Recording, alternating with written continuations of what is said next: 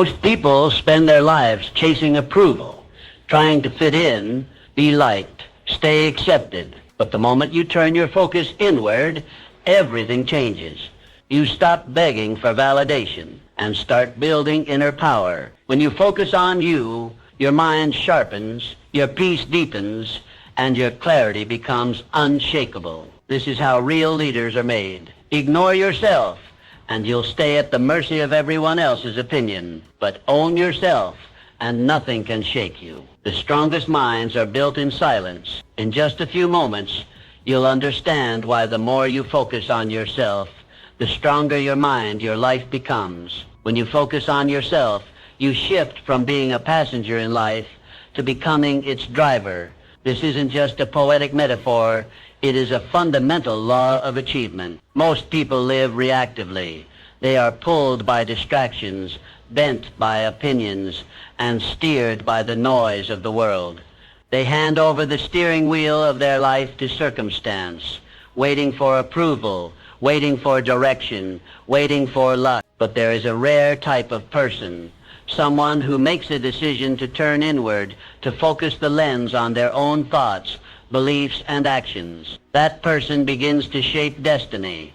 The moment you redirect your attention to yourself, something miraculous happens. You start to see not the mask you wear to fit in, not the illusion you've built to please others, but the raw, unfiltered truth, the potential waiting to be activated. You begin to see your patterns, how you respond to pressure, how you talk to yourself, how you treat your own dream. And in seeing those things, you gain what few possess, clarity.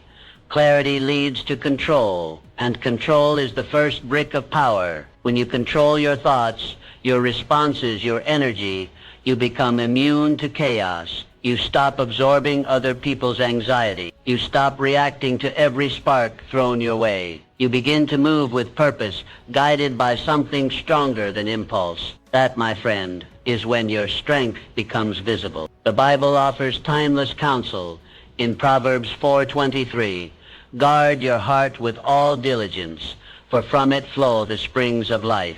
Your heart, your inner world, is the source from which all things flow. If your inner world is confused, your outer life will be chaotic. If your mind is scattered, your results will be the same. But when your inner world is guarded and focused, your outer world reflects order, power, and peace. Florence Nightingale understood this principle. Born into privilege, she could have remained comfortably silent. Society expected her to host parties, marry well, and remain in the shadows. But she listened inward, not outward. She felt a divine call to serve, and that inward focus gave her the courage to walk into war hospitals, to defy bureaucracy, and to revolutionize medicine. If she had listened to the noise of the world would have remained noisier, sicker, more chaotic.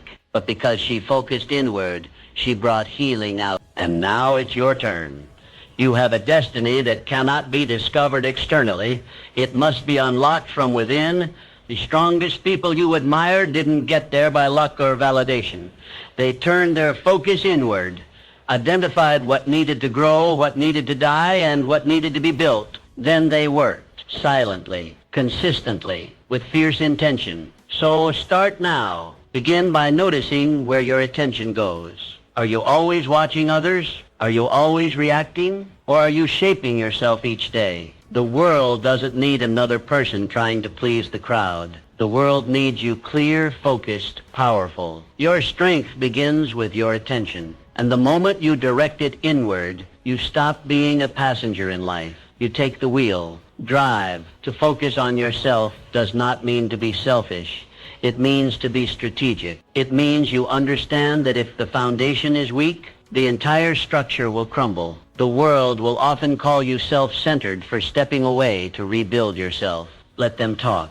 What they call selfish is, in truth, sacred. For the person who does not take care of their inner world will soon have nothing of substance to offer the outer world. We live in a culture that celebrates the grind and glorifies exhaustion. People wear burnout like a badge of honor. But the truth is simple. You cannot pour from an empty cup. When you are drained, you operate from survival, not vision. You make decisions based on fear instead of faith. But when you focus on nourishing yourself, spiritually, emotionally, mentally, you operate from overflow. Your relationships deepen. Your influence expands. Your energy becomes magnetic because your fountain becomes unshakable. In Philippians 4:13, Paul declares, I can do all things through Christ who strengthens me. Yet that strength is not a magical burst. It is built like steel forged in fire. Your inner power grows through challenge, repetition, and intentionality. Strength is not something you wait to feel. It's something you create by consistent choices. You train your mind. You condition your responses. You refuse to bow to distraction. That is how focus becomes your weapon. George Washington Carver was not handed a throne.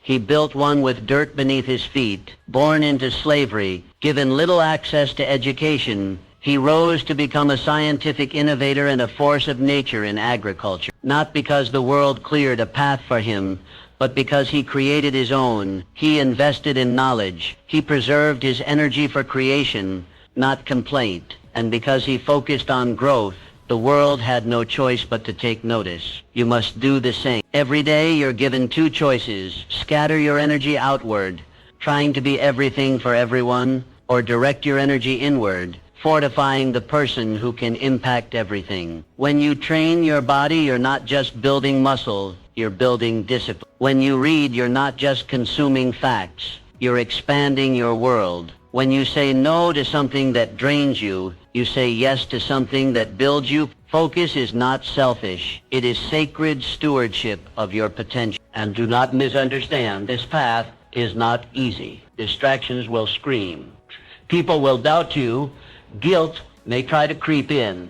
But remember this, greatness demands separation before elevation. You cannot rise while entangled in everything and everyone. Strategic focus requires boundaries, and boundaries are the birthplace of strength. Your life is a field. You can sow seeds of distraction, or you can sow seeds of destiny. The harvest you receive depends on where you choose to pour your time, energy, and attention. So plant wisely. Protect your ground. Water the roots of your mind with intention. Because the moment you stop trying to fix everything around you and start focusing on what lies within, you become unstoppable. Focus is not a limitation. It is the key to multiplication. Use it wisely. Let it guide you. Because through it, your greatness walks. Most people spend their lives facing outward, trying to fix others, win arguments, or chase after applause. They measure their value by external reactions, spending precious energy trying to shape opinions that were never theirs to hold. But the truth, though uncomfortable, is liberating. The only person you can truly change is you. Real transformation doesn't begin with the world. It begins with self-mastery. Imagine standing in the middle of a storm. The winds roar. The rain beats down. You cannot silence the thunder or calm the sky, but you can build a ship, one strong enough to carry you through it. That ship is your mind, and the material it is built from: focus, discipline, inner clarity. You cannot control the chaos outside, but you can conquer the chaos within. Romans 12:2 gives us a blueprint. Do not conform to the pattern of this world, but be transformed by the renewing of your mind. The world's pattern says, react, retaliate, respond to noise with more noise. But transformation demands that you renew daily, intentionally, persistently. You do not drift into clarity. You focus into it. Harriet Tubman is a living testimony to the power of internal mastery. She did not ask for permission. She did not wait for applause. She listened inward. She trusted divine whispers more than public opinion. And because she mastered herself, her fear, her focus, her faith, she led others to freedom. She walked through danger with a spirit trained in solitude. That's what you must become. A leader not because you crave attention, but because your inner fire lights the path for others. You are not battling the world. You are battling the noise within you, the self-doubt, the fear of rejection, the addiction to praise. You must break those chains, and they are chains. Make no mistake. Distraction tells you to scroll instead of study. Doubt tells you to quit before you begin. Validation tells you to shrink your voice until others approve. But focus tells a different story. Focus whispers, go inward. Focus invites you to silence the outer world so you can strengthen your inner one. And here's the beautiful result. When you master yourself, you move differently. You walk into rooms with an energy that shifts the atmosphere, not because you're loud, but because you're anchored. You carry storms inside you, and you calm everyone else's. You don't chase peace, you bring it. You don't seek clarity, you are it. This is what focus produces. It gives you dominion not over others, but over the only battlefield that matters, your own mind. And from that dominion, you gain the power to influence. Not through force, but through presence. Not through noise, but through alignment. So stop exhausting your life trying to change what is not yours to change. Withdraw your energy from criticism, comparison, and chaos, and reinvest it into mastery. Learn your patterns. Study your thoughts. Rewrite your beliefs. Because the higher version of you isn't out there. It's already inside you, waiting to be disciplined, directed, and deployed. Let your mind become the ship that sails steady through every storm. Let focus be your compass, and let transformation begin. Not someday, but today. Every time you choose discipline over comfort, you cast a vote for your future self. It doesn't have to be grand or dramatic. It's the quiet decisions, the 5 a.m. wake up, the salad instead of sugar, the extra hour studying while others sleep, that forge the life you desire. Discipline is not a punishment. It's a passport. Every small act of discipline lays a brick, and while the world may not see what you're building, heaven does. More importantly, you do. The structure is invisible at first, but the stronger it grows, the more unshakable you become. Comfort is seductive. It tells you rest now, skip today, just this once. But the price of comfort today is regret tomorrow. You must build with intention, and when the temptation comes to take the easy path, remember, you're not building for now, you're building for what's next. Your future self is counting on you. Matthew 7:24 speaks of the wise man who built his house upon the rock. The rains came down, the streams rose, and the winds blew and beat against that house, yet it did not fall because it had its foundation on the rock. That's what focus on yourself creates, a rock beneath your feet, a mind anchored in conviction, a life that doesn't fall apart in storms. You don't escape life's challenges. You endure them because your structure is solid. Booker T. Washington understood this truth. Born into slavery, he didn't have privilege or access, but he had will. He walked miles just to reach education. He scrubbed classrooms just to stay enrolled.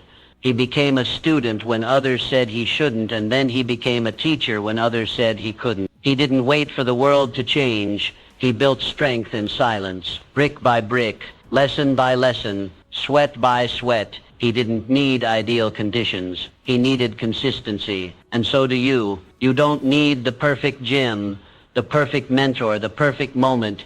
You need one choice, one commitment, one step forward, repeated again and again until momentum takes over. Strength is not built in moments of ease.